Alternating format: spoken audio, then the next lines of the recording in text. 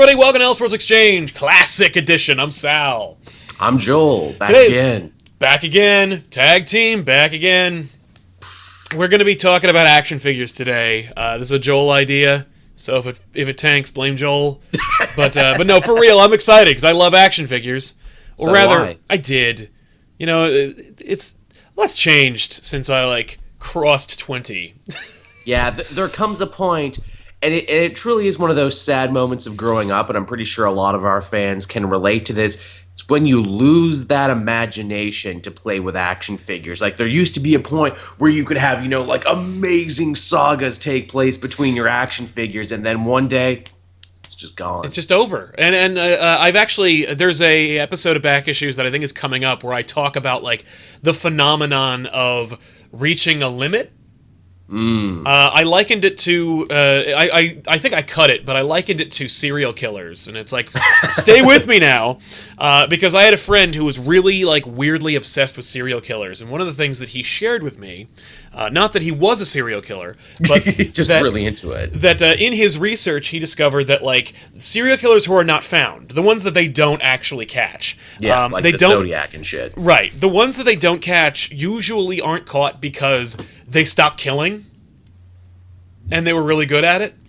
And what they've discovered, or rather, one popular theory, a psychoanalytical theory, is that serial killers reach a limit. Really? Where they just get all killed out. They get it all killed out, and they're like, I've killed enough. I've left enough cryptic messages. That's what he was the guy who got me into Garth Ennis's Punisher Max, and nice. He was like, I think I want to write a Punisher story. This is a dude who, by the way, outside of Ben and Ethan, this guy likes comics even less than them. That's amazing. Read fewer comics than them, and he regularly read Garth Ennis's Punisher. But dude was like, I think I want to write a Punisher story where Punisher, thank you, Austin, for your super chat participation. You rock, man. Where Punisher reaches the kill limit. Where he's just like, I can't kill anymore. That's the title right there, Punisher Kill Limit. Kill Limit. I'm copyright, that's mine. But yeah, he reaches the limit, he can't kill anymore. I don't want to anymore. It's all out of my system. And it's like, oh, and I go, well, so you're writing the last Punisher story, and it has a kind of happy ending because he isn't killed by police or by, a monster in a fucking boat or something. And he's like, yeah, I guess. And I'm like, yeah, well, they're not going to go for that.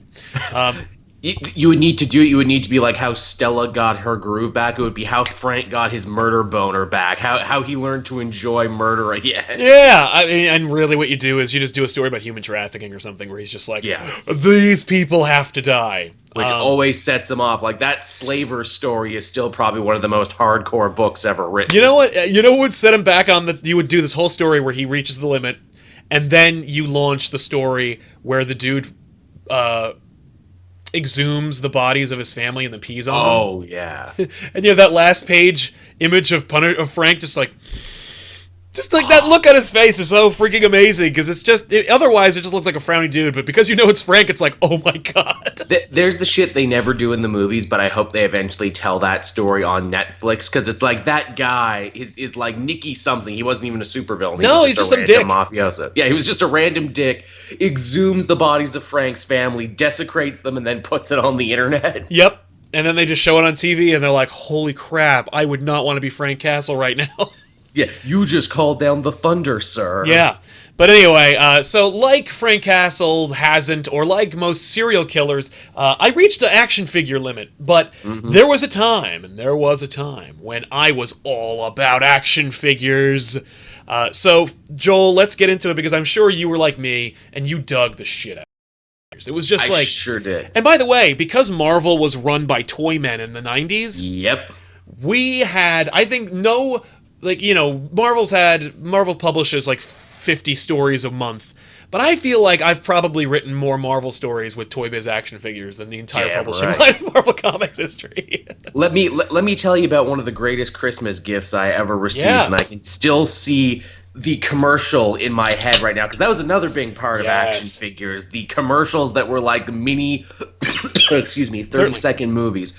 the Waterworld X-Men line, which has nothing to do with the Kevin Costner movie Waterworld. Although looking back on it now, I'm like, what the fuck were you thinking? Yeah, no, you shared with me the commercial, and you could just, if you type in Waterworld or Waterworks X-Men figures, you'll find the commercial, and it's great. It's so good, where it's like, oh no, a Sentinel came out of the water, what are we gonna do? Well, Wolverine's on his badass X-Men jet ski, and then they got the Hydro Mobile Command Center with the little aqua thing where you would pull the thing on the side, and then it would fill up with water, and it would drop your action figure down, and it was really cool. Yeah, I had a membership to a lake when I was a kid, or rather my parents did, and I went to the lake every damn day, and I actually participated with a lot of kids who also had action figures. Thank you, Mod King Mopey, you rock, man. And we would share and trade our action figures and played in the water constantly. And it's like, they must have noticed at some point, hey, these kids are putting the action figures in the water. We got to start making them more modded for waterworks, like in the tub, at lakes, pools, everywhere. I know.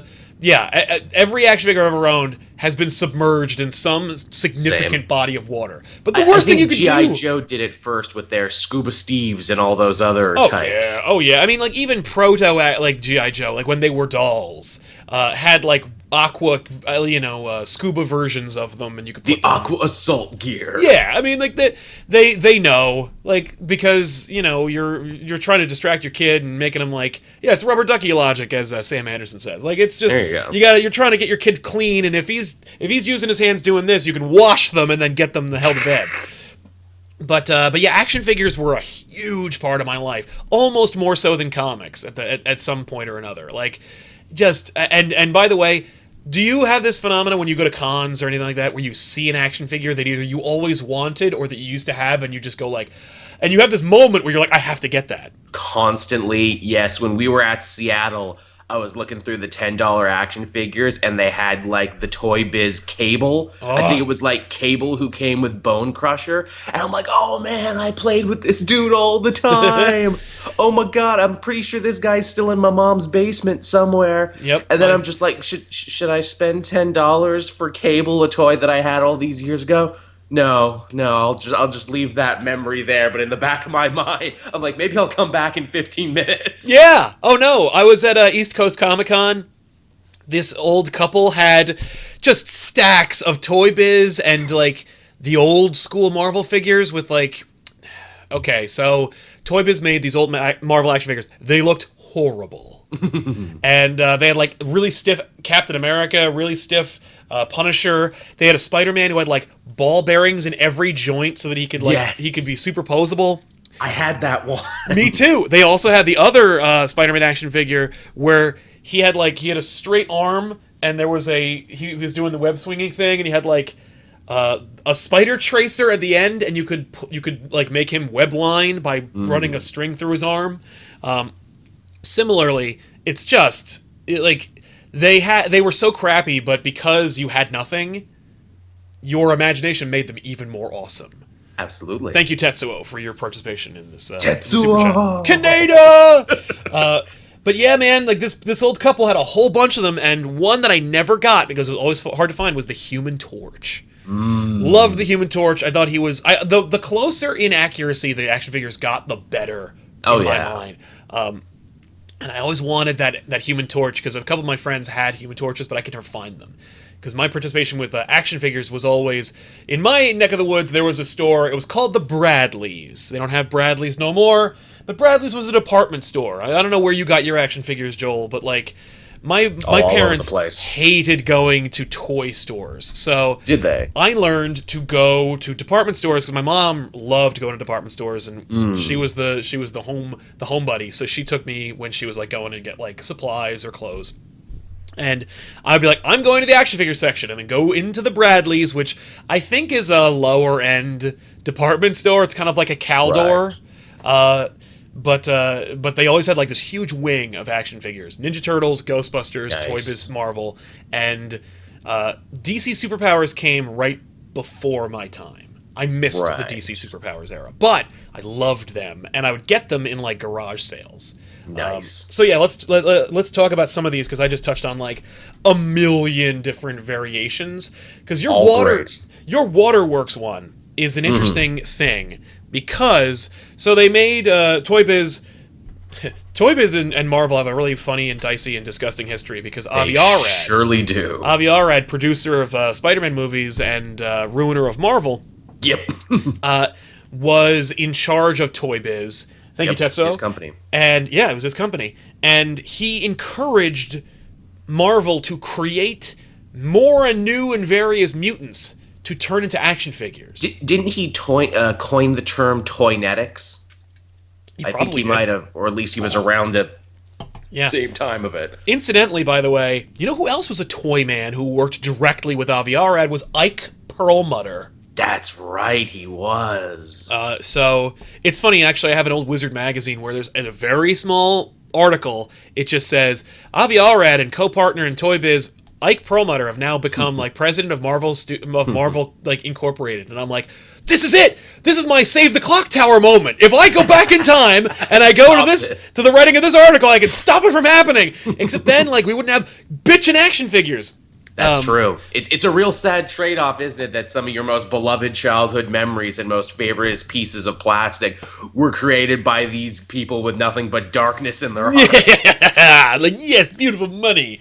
But yeah, I loved my action figures, and they started out with these like proto-regular superheroes, and then as the X-Men got more and more popular, they started spinning out even more. They made X-Men figures, they made X-Force figures, they made X-Factor figures, and then once they ran out of teams, they were like, okay, I guess we should start making like variants?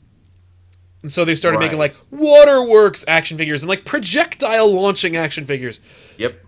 Just a crazy time. If you were a Marvel fan, you were going on insane headcanon Marvel adventures with like your thousands of action figures. You just reminded me too about the Avi Arad and Toy Biz thing. You want to know how scummy and money focused these guys were? They had a whole scam figured out for the importing of action figures from China, where they didn't want to pay an extra tariff because they were transporting what was at the time considered dolls. Yeah. Which, you know, a doll in the dictionary is any human-esque figure. So Arad and Toy Biz and all his people were like, oh, well, they're not really dolls, though. They're mutants, so they're not really human. So we shouldn't have to pay that extra tariff. And this went to, like, the Supreme Court. They fought this, and eventually they won. That's messed up.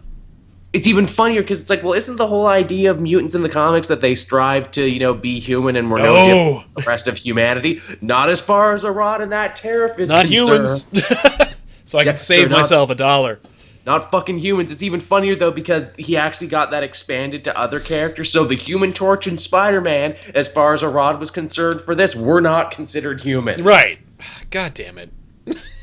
Nice. I think they eventually had to lift that tariff law just because it's like, well, too many people are abusing this now. Oh, yeah.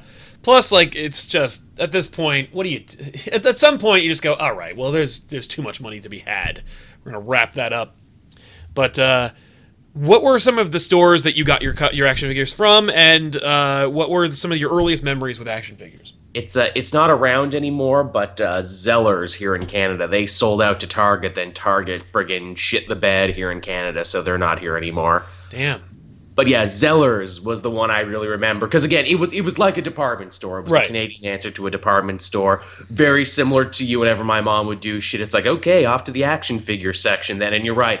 Was ruled by Marvel, was ruled by the DC powers and everything else. Yeah. What's interesting, though, and this is actually very important to like my identity as a comic nerd, there was a comic store, the first one that I ever went to. Oh, God, what was it called? I was so young, I can barely remember. This was like when I was just coming up and loving all the cartoons and everything. And this place, I knew this place was cool because it had the McFarlane toys. Man, yeah, okay. The Caldor in my area, in my grandma's neck of the woods, was the first store that I saw that had McFarlane toys. And they were extreme, so they had to have their own special store. Oh yeah. Not only that, when I was one of the first beta testers for the McFarlane Toys figures, because when I got them, they were called Todd Toys. And I got them all. Like, the first wave. Spawn, Medieval Spawn, Violator, the Spawn Mobile, Spawn Alley, nice. Angela, And the only thing that I couldn't get was Malbolgia, which is why whenever I see Malbolgia figures, I go, I gotta get it! And then I just don't, because I'm like, I don't have any room for him. First of all, he's huge. Secondly, he's disgusting looking. Sal, let me blow your mind. I had Malbolgia. Damn it! Everyone else had Malbolgia. I had Malbolgia, but here's the thing, though, about these Todd toys, these McFarlane toys. Yeah. They really weren't meant to be played with. They fell apart incredibly easily. Oh, big time. Violator had a horn on top of his head. When you pulled the horn, his jaw opened up. That horn came right the hell out. Yep. Every single time. Also, Violator's body, because he was drawn by McFarlane, was like bizarre, and he's basically just one of those bendy action figures, one of those bendy figures. Yeah, just nuts. I had Zombie Spawn. What else? I had so many. I think I had like OG original Spawn with like the big cape that came out around the same time as the movie. Yep. They all fell apart on me, and I look back on it now, and I'm like, fuck me. I wish I kept those, because they probably would be worth so much money now. They are not, because Aren't I they? see them for sale everywhere. Okay, then I don't feel so bad. If you now. ever go to Somerville, New Jersey at the Comic Fortress, no plug, I like these guys, and there's a table. It's full of old action. It's full of old Spawn figures. If you want the first Spawn figure, boom, it's there. You want the gold variant version of that figure? It's on that table. You know why I know that it's on that table? Because it's been on that table for the last year and a half. Well, that sounds like an invitation. I gotta check that out. Seriously, it's great. There's just nuts with Spawn figures. But Spawn came at a time, it was right before I hit my action figure limit. But before that, man, I started out with Ninja Turtles. That was my crack.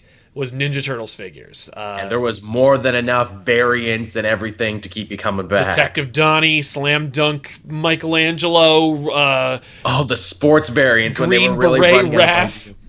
There's Nice. a million different versions. I had a lot of them, and I'll tell you what happened with all of them too. Because like I had so many that like it got to be obsessive. And when I hit like I think 10 or 11, there was a younger kid who okay, so I did a lot of volunteer work at my church, and it wasn't really like volunteer work in as much as like I was on the books. It was more like when the parents all wanted to socialize, I would watch and take care of the kids, and they were all deeply obsessed with Ninja Turtles. And one time, I just realized I wasn't playing with them as much as I used to. I didn't really care as much about them. And so I made like a kind of piñata, and I had like the main kid who I like really like had like a little like friendship with. He hit the piñata. All my Ninja Turtles action figures dumped out, and he could keep them. He just took them home with him. That was your Andy in Toy Stories 3 moment. Yes, I'm like, well, here you go. These are all my Ninja Turtles. Every single last one of them gone. My Ghostbusters figures, though, forget it. No, those are mine. You can't have these. You cannot. Oh, nothing. I loved the Toy Biz figures. I love the Kenner Superpowers figures. I love them so much, and I want like I love one of my favorite ones was Robin, surprisingly enough, and their plastic capes. But, they were nice. They were really nice. Or I'm sorry, they're cloth capes. They had these little cloth capes with a great plastic neck ring, and you snapped it back on their neck so that they could come off and on. Shredder also had a cloth cape. He did. That weird, emaciated, hobo-looking Shredder. He did. He looked like he was kept in a cage and just tormented for years. One of the coolest-looking bad guys looked so fucked up. He looked awful. Yeah, actually, in my headcanon, my Shredder was the Super Shredder action figure. Nice. So I'm like, he's cooler, and they never did anything with him in Ninja Turtles 2, so I'll just use him as main Shredder. Yeah, but those cloth capes were great. I know Wizard had a real problem with like non-cloth capes, because when DC stopped making those Superpowers figures and Toy Biz was dominating the market, DC tried to like get in on it, and their figures were all basically like miniature statues where they were amazing poses, but they couldn't do anything or move or articulate, and their capes were solid plastic and used as kind of like stands, basically. Weird and terrible. But man, I love those figures. Nothing could compare to the joy of opening a Ghostbusters figure. Oh yeah. That was my first love. I will never. They will never. Their time will never come again. And there was so much Ghostbusters merch, too, when I look back on it now. Like, you could get the Trap, you could get the Ecto-1. The funny thing was, the Trap came so much... You get the Proton Pack, like, day freaking one. You want to be a Ghostbuster? Well, here's the thing. We're not going to make the jumpsuit until Ghostbusters 2. But... If you really want to get on this, here's the Proton Pack. And Proton Pack came with it was a big blue Proton Pack with the particle accelerator and a big green piece of foam you could stick in the front, and you squeeze the trigger and it made like a car starting sound effect. But number one with that, kids always wore it upside down. Yep. Drove me crazy. I was like, it's not like that. They're like, no, but it doesn't make any sense. I'm like, it's a nuclear reactor strapped to your back. Wear it right. Yeah. And secondly, the Trap came like a good, I want to say, 5 years later. Like, forever I'm like, well, I gotta pretend I have a Trap, and then eventually they made it. And the Trap was fantastic, because it was you got the little plastic Trap, you got the tube, and the foot compressor. The foot compressor, when you compressed it, sent air through the tube, and then opened the Trap open. I remember that. And they tried to, like, market it as it's like a little feature where if you put your little action figure of a ghost from your Ghostbusters action figures on top of the trap doors and then hit the foot compressor, it would open up and then it would drop the ghost into the trap. Number one, never worked. Number two, the foot decompressor, like 6 of those stomps and that thing was done. Yeah, I mean, that's just toys and toys commercials in general, right? You could never get them to do what they did in the commercial all the time. You know what always got me? The action figures always looked awesome because they had, like, these destructible sets everywhere and just, like, all these blocks. I'm like, can I buy the blocks? Where do I go for the blocks? I was hoping we were going to talk about the action figure commercial sets because the sets were legit. And I always was like, where can I get, whenever it was Ninja Turtles, for example, it was always this, like, amazing-looking street set, like this whole playset of a street with, like, storefronts and garbage bins, and I'm like... It's dead art, isn't it? It's kind of like claymation stages. It's like they got, like, a bunch of craftsmen to build those. I've seen action figure commercials since then, and outside of the Paul Dini, Kevin Smith Batman action figure retro commercial, the rest of them, they have abandoned the set entirely. It's a dead art, and that's unfortunate because that's half the fun. Yeah, but the set for me, I'm like, where is it? They made it. It must be available for purchase. No, you had to make it yourself. Man, yeah, I always wanted like those and the playsets they made available they never lived up to the hype. You know, like Batman's Batcave. Yeah, it was Wayne Manor. One end, the X-Men headquarters, which is actually in the recommended videos for the Waterworld. Yes, I had that too. In fact, I got 2 versions of that. You want to know why? Because the first one I got was actually defective because it didn't have the little Wolverine with the blue and the red in it. Mm-hmm. Oh. And so my mom took it back to the store and complained, and I got another one. So I had 2 X-Men headquarters. They didn't want the other one back. No, they didn't. They're just like, fine, here, just take this, whatever, lady. That's amazing. Mom's really good at complaining to retail people. That's fair. Listen, that's her talent. If they promised it came with an action figure and you didn't get it, fuck that. No, that is messed up. They also made a Blackbird figure. They made his Great Sentinel figure. That came way too late. But yeah, man, those. Let's talk about those action figure commercials for a minute because nothing can beat the hype that was generated from classic action figure commercials, and so much hype. That is a '90s thing because in the '80s, when Kenner Superpowers figures came out, they tried. They didn't know all you needed to do was take the figure, put it in a child's hands, and have them go, "Oh no, here comes the crush!" Like it was. So I think they did like animation and a couple other like random things. So they would just show the figure. And they'd be like, "Go buy it at the store." But later they're like, "No, you got to do a whole like sketch." Where we show off their features and we can kind of lead the kid into a like this is what you're supposed to do with them. With 6 points of articulation. Yeah, but they didn't just okay. The Kenner Superpowers people were like, this is an action figure. The figure has several points of articulation. You'll note that it also looks like the character you have familiarity with. It is available at fine retail outlets in your comic book stores. Go buy it. The Marvel figures, and then by extension, like even like the Alien figures, the Predator figures, the G.I. Joe figure, every figure from there, they're like, okay, this is what you're supposed to do, and they give it in the hands of children that are dressed way better than you'll ever be dressed.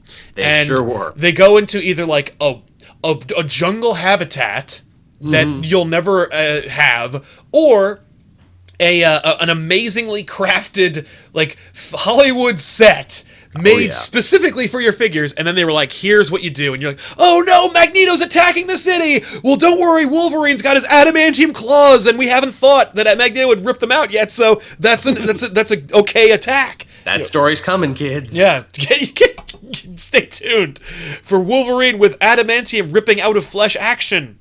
That reminds me, too, when Wolverine got the adamantium ripped out of him, became that weird feral beastman Wolverine. I had that action figure, too. Yeah!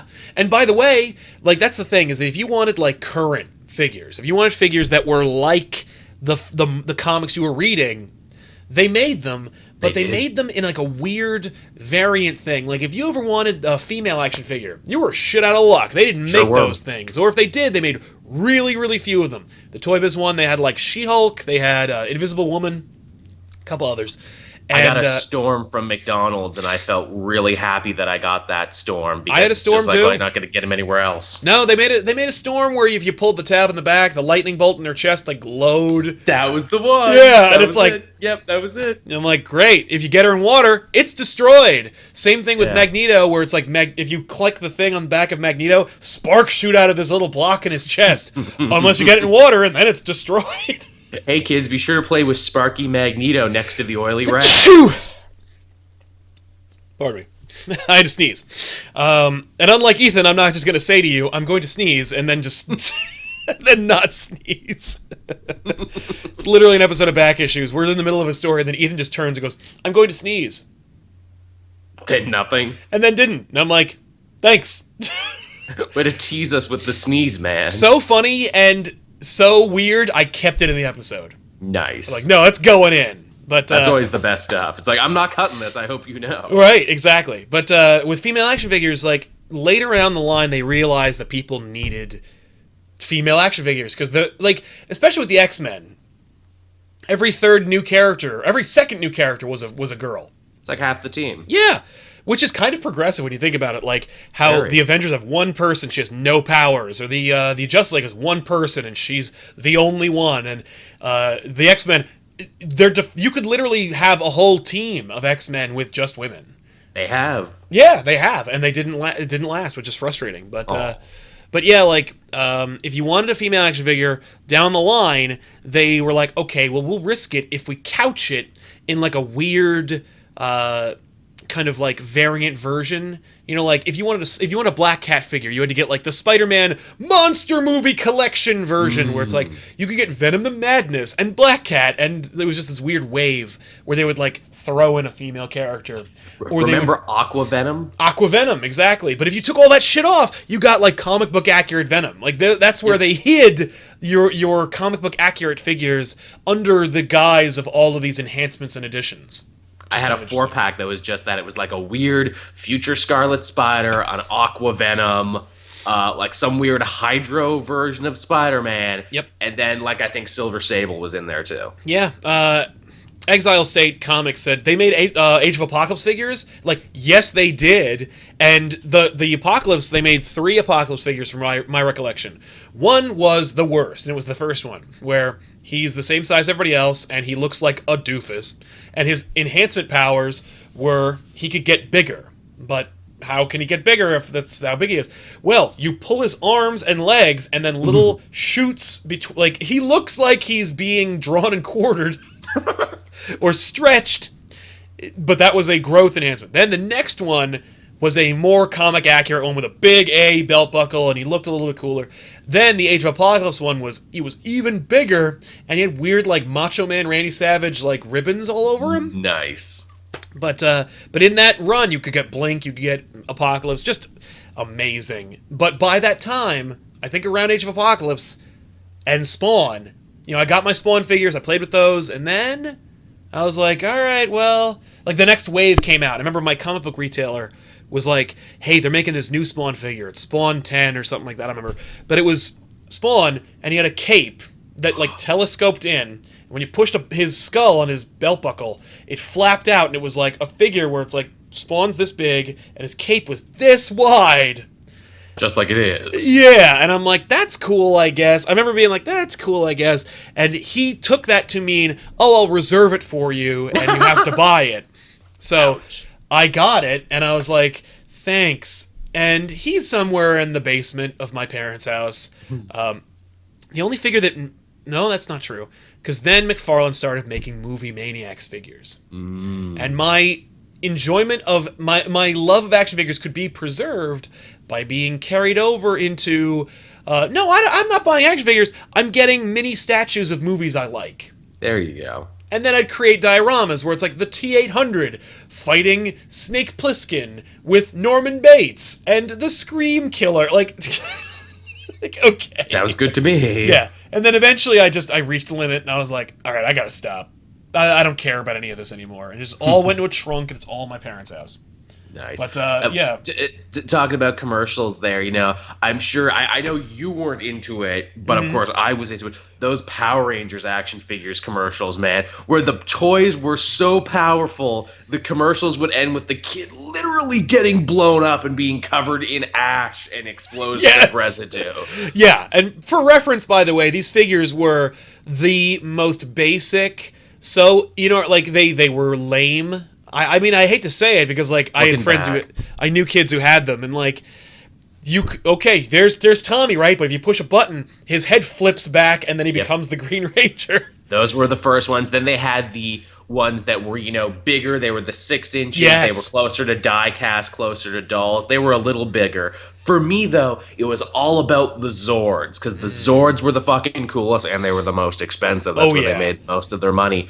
They looked super sweet. Like, again, like, you know, from that whole, like, statue point of view, I stuck with them a little longer because of that. Right. I remember, like, getting to the point where it's like, okay, this is too much now for me, but I gotta get it because it's really cool.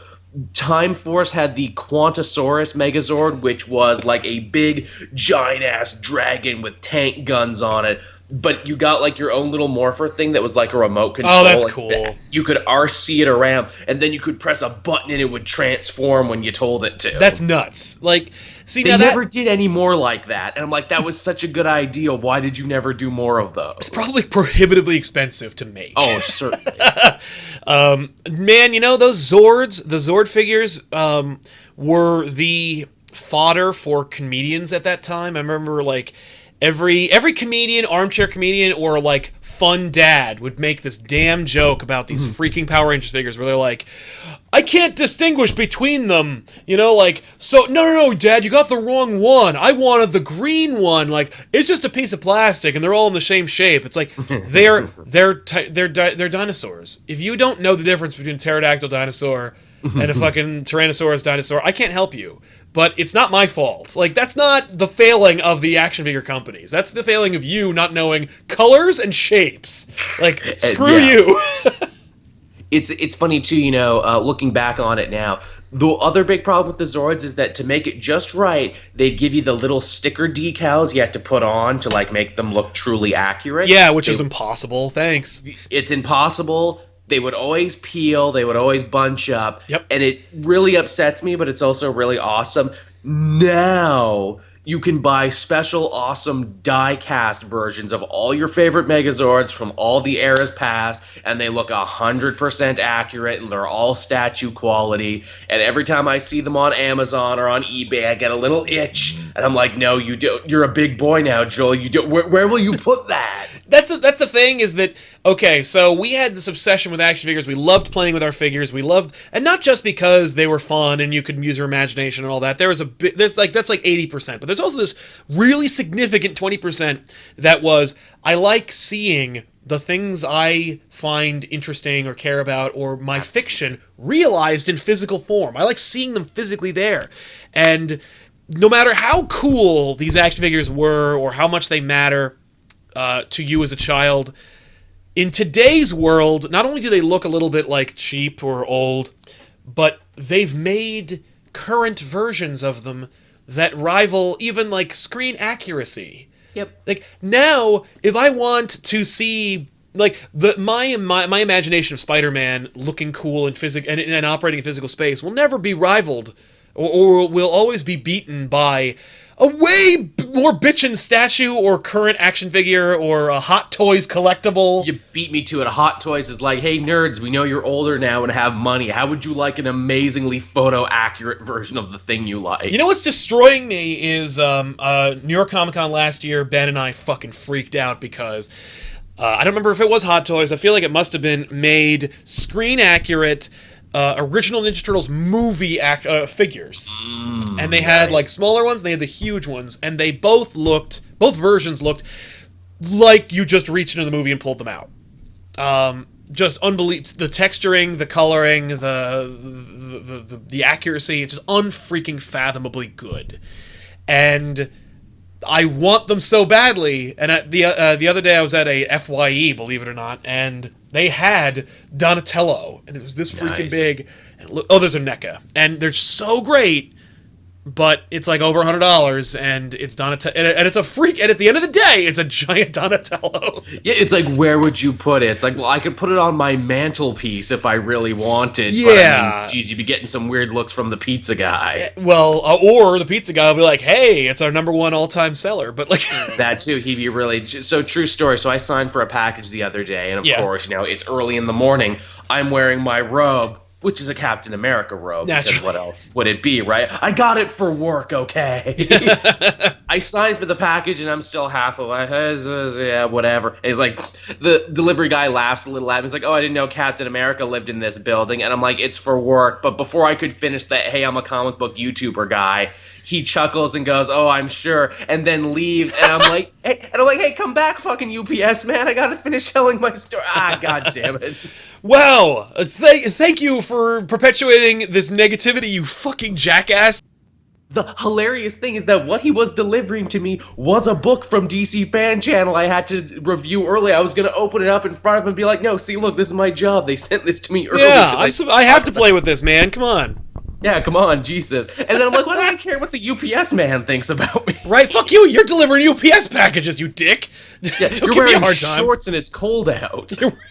Yeah, exactly. That's funny. I will say, I don't think I've ever, apropos buying action figures and getting them, I've never been given a hard time. Getting action figures, buying them, having them. Nobody ever, and by the way, as we've established as the nature of this channel, I didn't grow up with comic book fans. Like, I didn't have any comic book fans, action figure fans.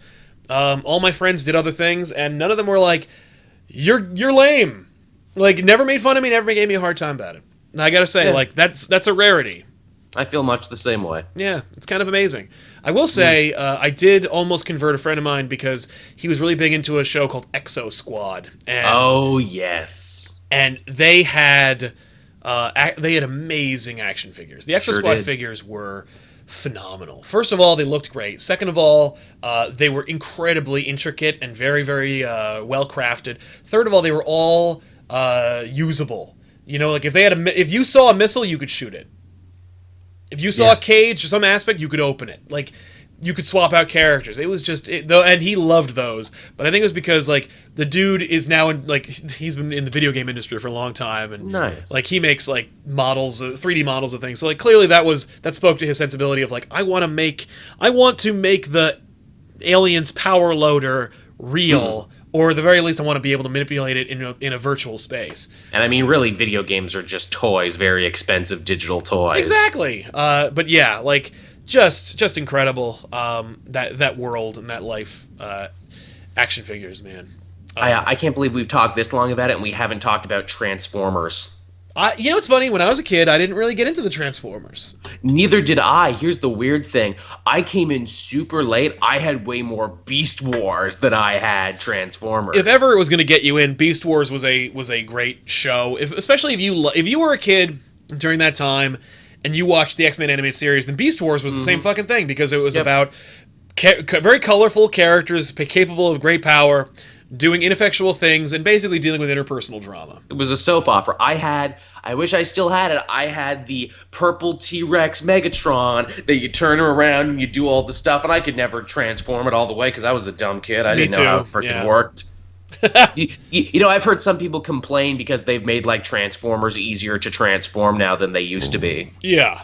Yeah. And you hear like adult nerds be like, man, they're coddling this younger generation, man. Back in my day, it was an accomplishment when you transformed a Transformer all the way. It was, by the way. They were hard to make. Like, very.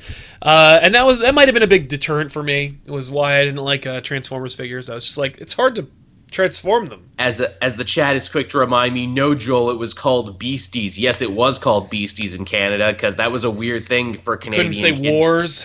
Couldn't say war. Same with War of the Planets. We didn't have War of the Planets. We had Shadow Raiders. And actually, I had the planet from War of the Planets, the big thing that like opened up and reached out and ate all the planets and shit.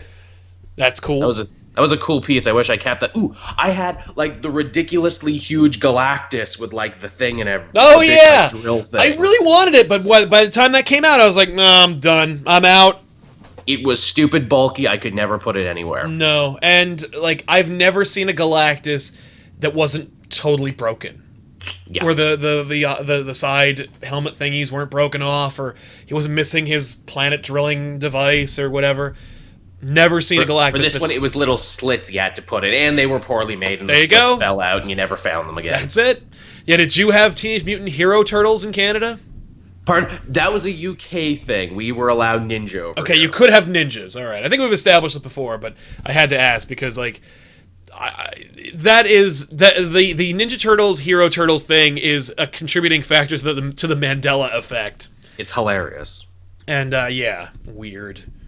But so we haven't even talked about Star Wars figures yet. Oh my god, the granddaddy of figures in many ways. Yeah. When the movie hit and was so popular, you sent away for it in the back of like a magazine. They're, look, we promise when they're done, kid, we'll send them to you. Yeah, as a kid, as a very young kid, a friend of mine, his father bought all the Star Wars figures, and so growing up with this kid as a good friend of mine.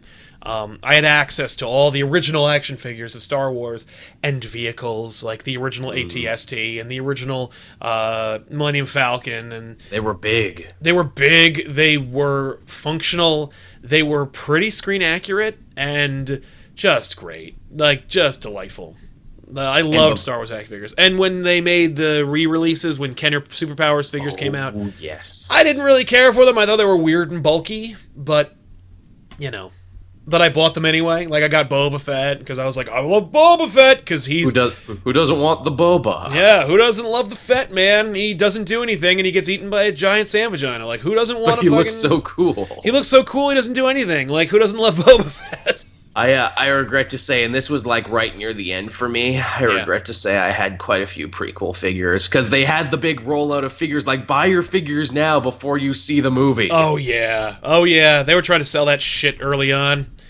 Which, I mean, I guess they still technically did with Force Awakens. I have a big talking Kylo Ren I got on Star Wars Day before I even saw the movie. No, I deliberately avoided that shit. I remember people were buying their BB-8s. I'm like, what if BB-8's a bomb? Like, what if BB-8 is a crappy character? What if he's the new Jar Jar Binks? You don't buy these characters before you even know who they are. You don't know, man. You don't know nothing. Yeah. Now, as it stands, I think BB-8's so great. I actually have Mickey Mouse ears of BB-8. Nice. But, after I saw Force Awakens, though... Yeah, and you were an informed purchaser. And I will never own a Kylo Ren figure, because, like, while he's an interesting character, he's not cool enough to ever be posed, or... Like, I'm never gonna be like, wow, Kylo Ren's cool. I do believe he is, as the internet calls him, a fuckboy, I do believe. Yeah, Kylo Ren is a huge cuck. He is a Darth fuckboy, is what I do believe. That drives me crazy. No, he's an emo character. I like him. I think it's kind of cool. He's the opposite of cool, and that's what makes him interesting. Yeah, that's what I think. It's cool that they didn't work on how cool he was. Captain Phasma, however, has the Boba Fett effect. Everyone's like, it's played by an actor from Game of Thrones, and she has a really cool silver outfit. Like, but she's immediately defeated, doesn't do anything, and then loses. Like, who cares? She is getting a tie-in comic, so maybe we'll see more about her. Oh, good. Knows? Just like Ahsoka, or not Ahsoka. The albino bounty hunter that you see for like maybe a tenth of a second in the beginning of Phantom Menace. Oh yeah, that guy. It's a chick. I don't remember what her name was, but like they make a whole thing about her and how important she is. I'm like, well, in the movies she's there for a tenth of a second, and nobody cares. Like, but in the expanded universe, yeah, she's very important and very cool and blah blah blah. Like, yeah, well, that's not real, as evidenced by how much of it was thrown away when, like, either George Lucas didn't want to do it, or Disney was like, I don't want to do that.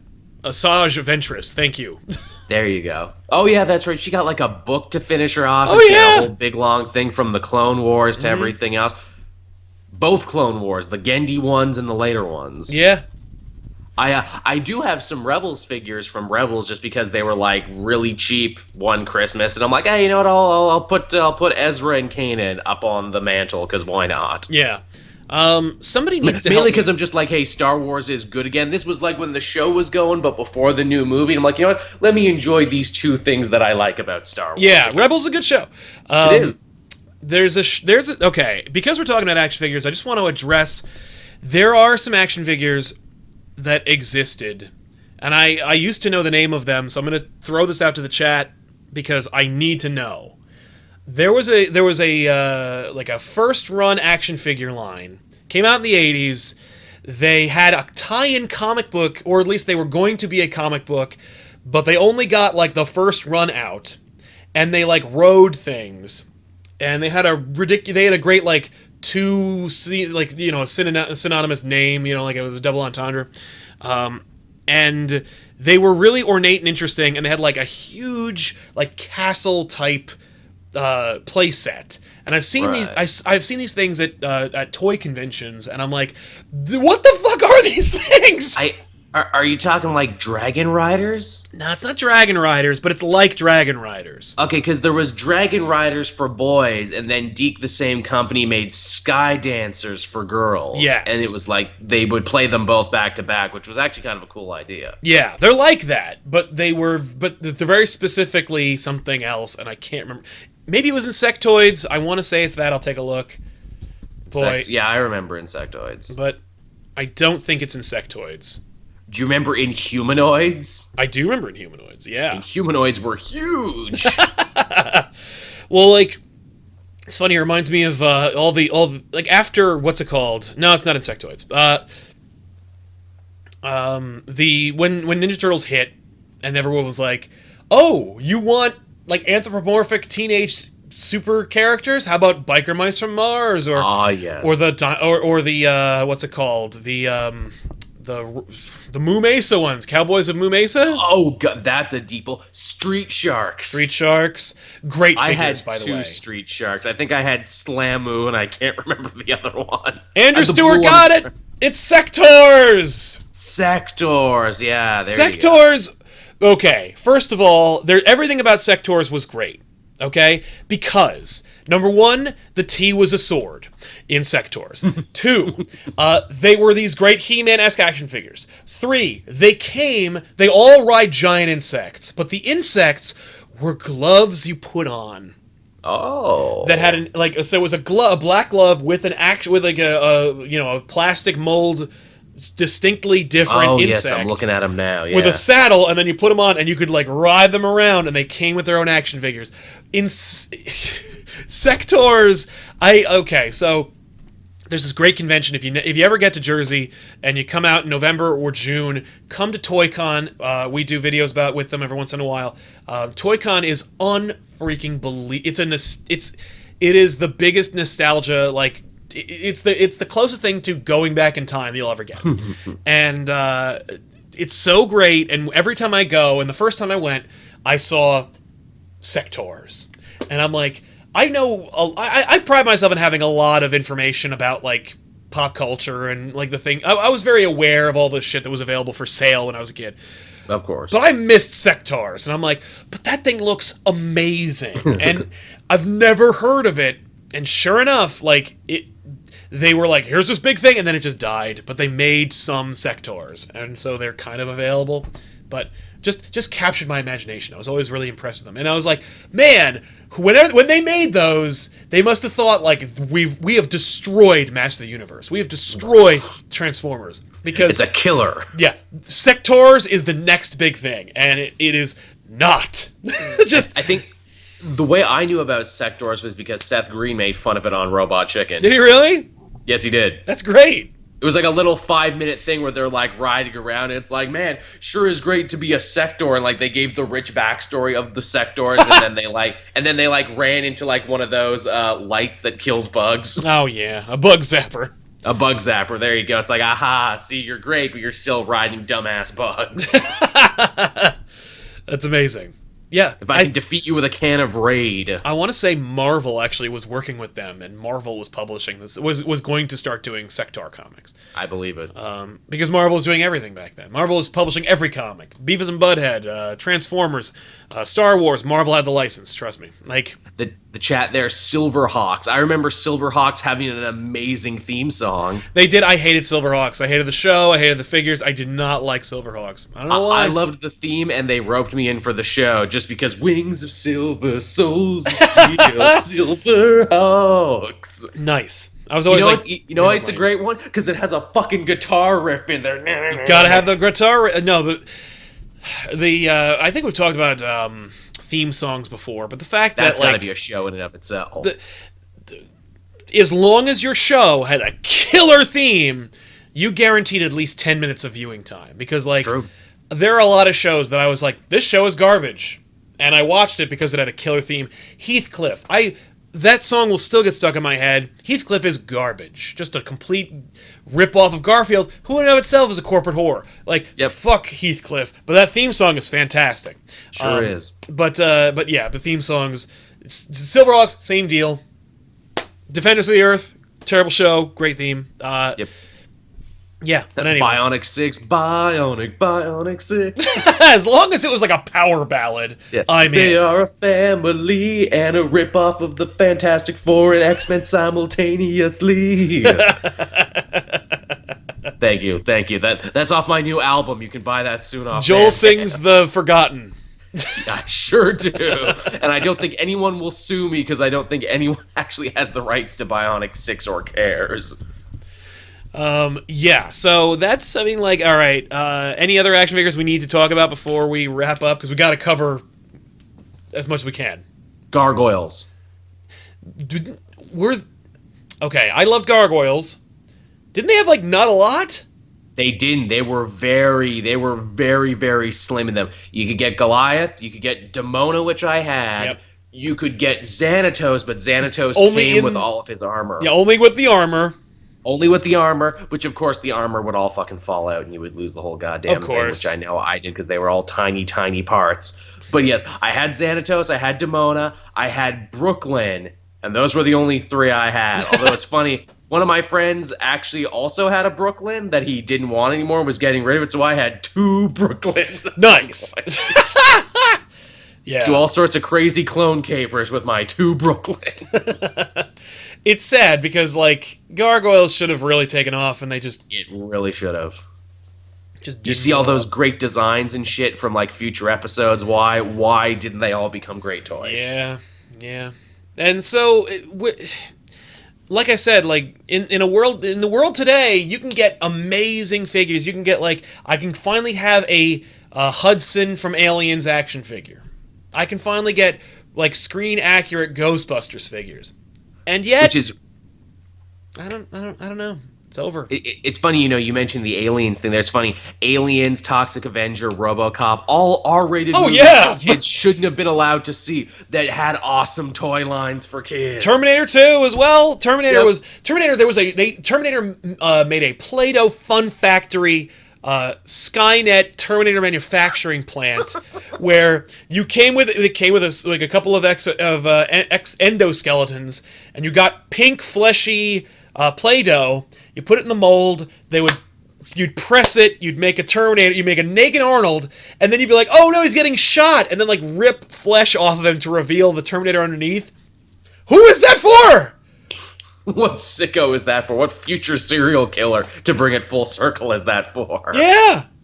First, by the way, I was amazed. One of my first friends in high school's dad collected TNG action figures. Oh, nice. I don't I can't imagine being a Next Generation fan and being like, I need action figures. It's true. Yeah, here's Picard. He's going to sit down and, talk to us and give us a very impassioned speech. Yes. Oh no, here come the Romulans. Don't worry, Picard will talk his way out of this one. Here's Worf. He's got a big sword. What's he going to do? Nothing. He'll cry about it. He can't use it. Fire torpedoes. Belay that order, Worf. Like, wow, what the fuck? How not fun? The most counterproductive action figures ever. Hey, I'm Wesley Crusher. Yeah, throw me in the garbage. I'll host a Dead Sci-Fi Channel TV series. Throw away. But yeah, like, it's funny. But thankfully, during the time when I was like moving from action figures to statues, Kevin Smith was making the Clerks and View Askew universe in action figures, where they're just little statues. And let me tell you something. I have a lot of those. a surprising amount of them. And that's kind of like where I want to go with, like, if Comic Pop ever made it huge, I want in-action figures of the crew. Nice. Like, I want... you sell the couch separately from you, Ben, and Ethan, and you got, like, little places where you can set them down on the couch is what you gotta have. I mean, look at, actually, you know what was a great action figure commercial for something that doesn't exist? The Rick and Morty action figures. Oh, those were good. In that great commercial? It's great. And they were like, I wonder how much money they spent on this. Because they don't exist. You can't get them. Actually, I think you can now. I think you can get Rick and Morty figures. I don't know if they're dolls. I think they're just dolls. I don't know if they make yeah, I think you can get like a plush Morty and a plush Mr. Meeseeks. I actually got a chance to do something kind of funny. I was on my way out. I was leaving the East Coast Comic Con, and there was this girl. She was probably like 16, and she was holding her Morty doll. Aww. And she was talking to somebody like passionately, and she dropped it. And he fell on the ground, and like they both just stopped talking, and he fell on the ground. And as I'm walking by, I went, geez, just drop me on the floor, why don't you? It's a lot in life, really. Yeah, and so I'm like, I'm halfway through, but Tiffany looks over my shoulder, and they're like, did that just fucking happen? You know what else actually had a ton of action figures, but I never owned any? The Simpsons has a ton of action figures. Yes, again, it came too late. It really did. For me, I was like, it came too late for me for a lot of reasons. One, my love of The Simpsons has faded into revulsion, and two, I don't know. The only one that I didn't know I wanted it until I saw it at a diner a few months ago. I want the Lard Lad donut like base. That's a good one. That'd be pretty cool. I would be okay with that. It's funny, I know some celebrities hold up being made into a Simpsons action figure as like a major point of pride. What is it? Bret Hart was like complaining to people on to YouTube and Twitter. He's like, yeah, but I'm a Simpsons action figure. Are you a Simpsons action figure? Didn't think so.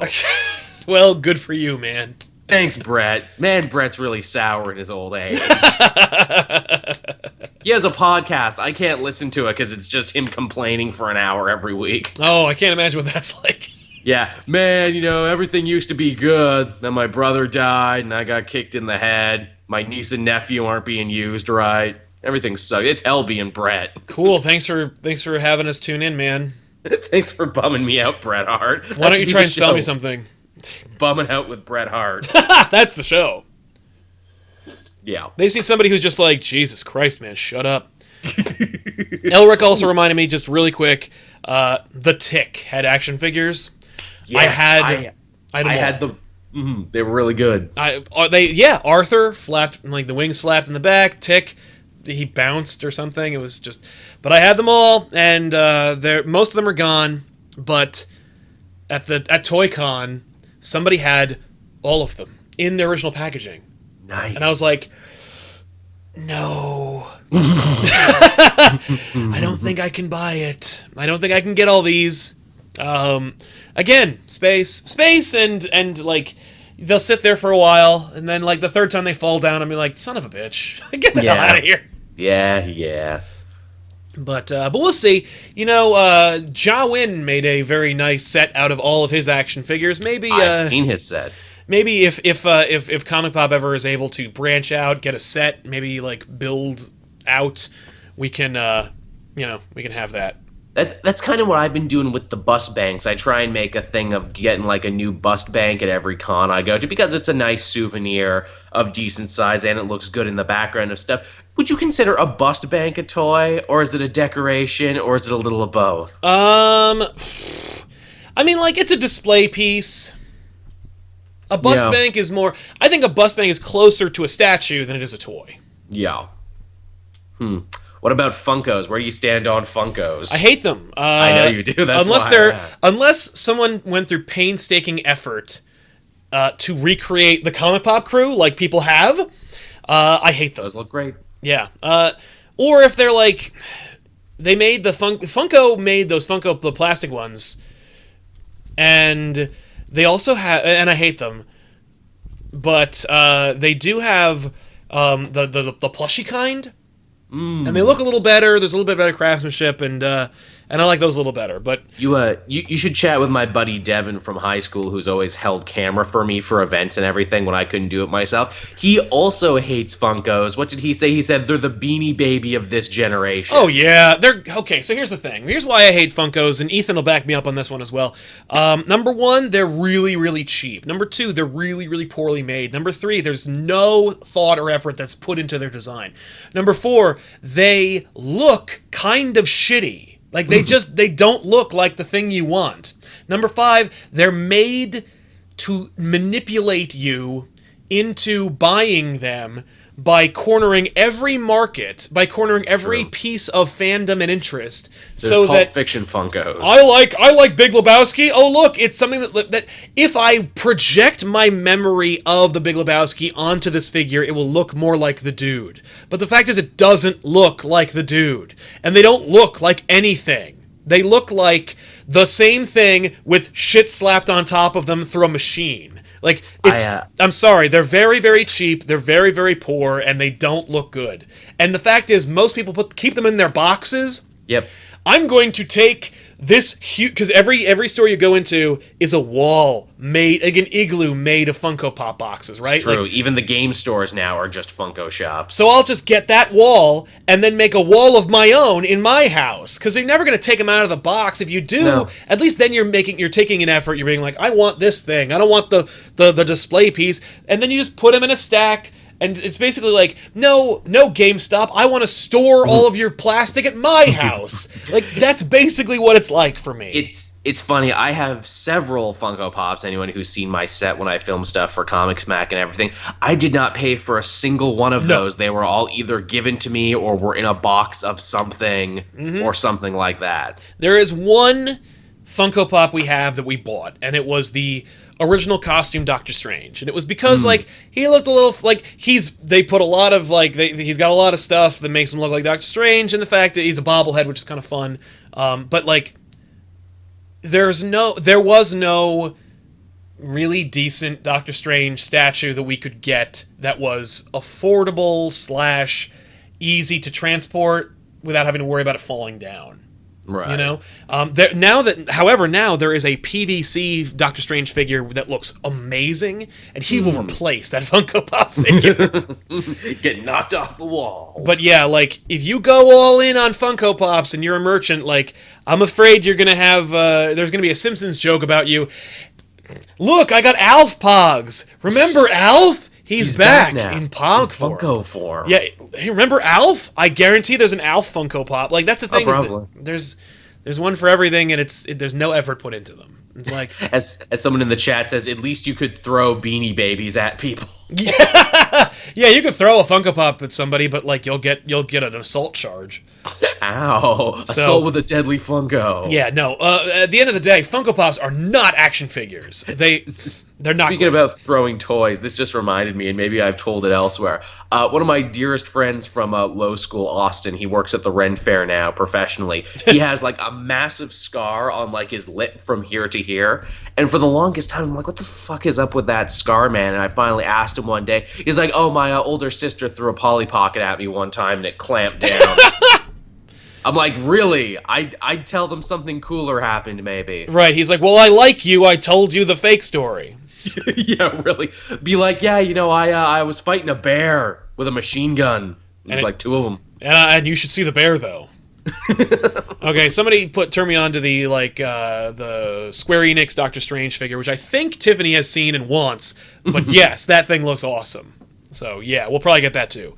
That's the thing. Chad. The thing is, like, I want to get like all these really cool, like that PVC Doctor Strange, that Doctor Strange. There's of course like a gigantic statue that I think Sideshow made.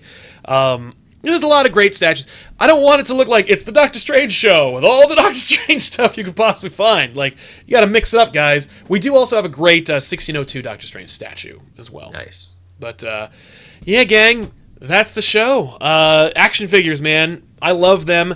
Even if I don't buy them, I'm glad they existed. We didn't even get a chance to talk about the Secret Wars figures, which you couldn't stand up. Oh, jeez. That's a whole freaking show in and of itself. Secret Wars, man.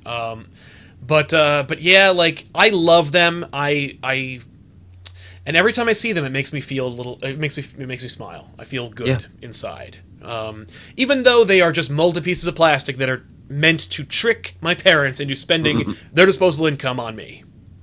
Like, still tickles that part of the brain. It does. It really does. And like, yeah, there's something to be said, especially when like there's some kind of purity and earnestness put into it. Like, the things that I hated were when they like did a repaint. You know, like, hey, here's the Psylocke figure. It was the Phoenix figure, but we just repainted it. That Aqua Venom that I put in the chat that we were talking, I had two different versions of that. I had the original black and neon green version. Then there was the red and gold dark water Aqua Venom, where I'm like, you just changed the colors on these. Yeah, man. Come on. Exactly. No, that's weak. So, there you go, everybody. Thanks a lot for hanging out with us. Of course, Joel, what's going on in Cape Joel that everybody should be very excited to see?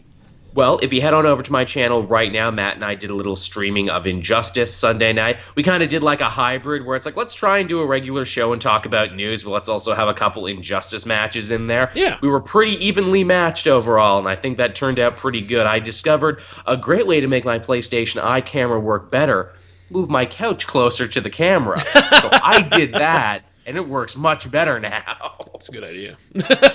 So check that out, everyone.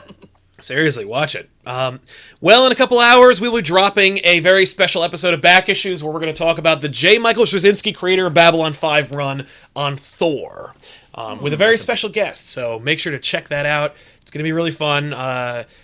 Yeah, Jason Inman was on the couch with us, and there was no way we weren't going to shoot a Back Issues, and there he is. So check it out.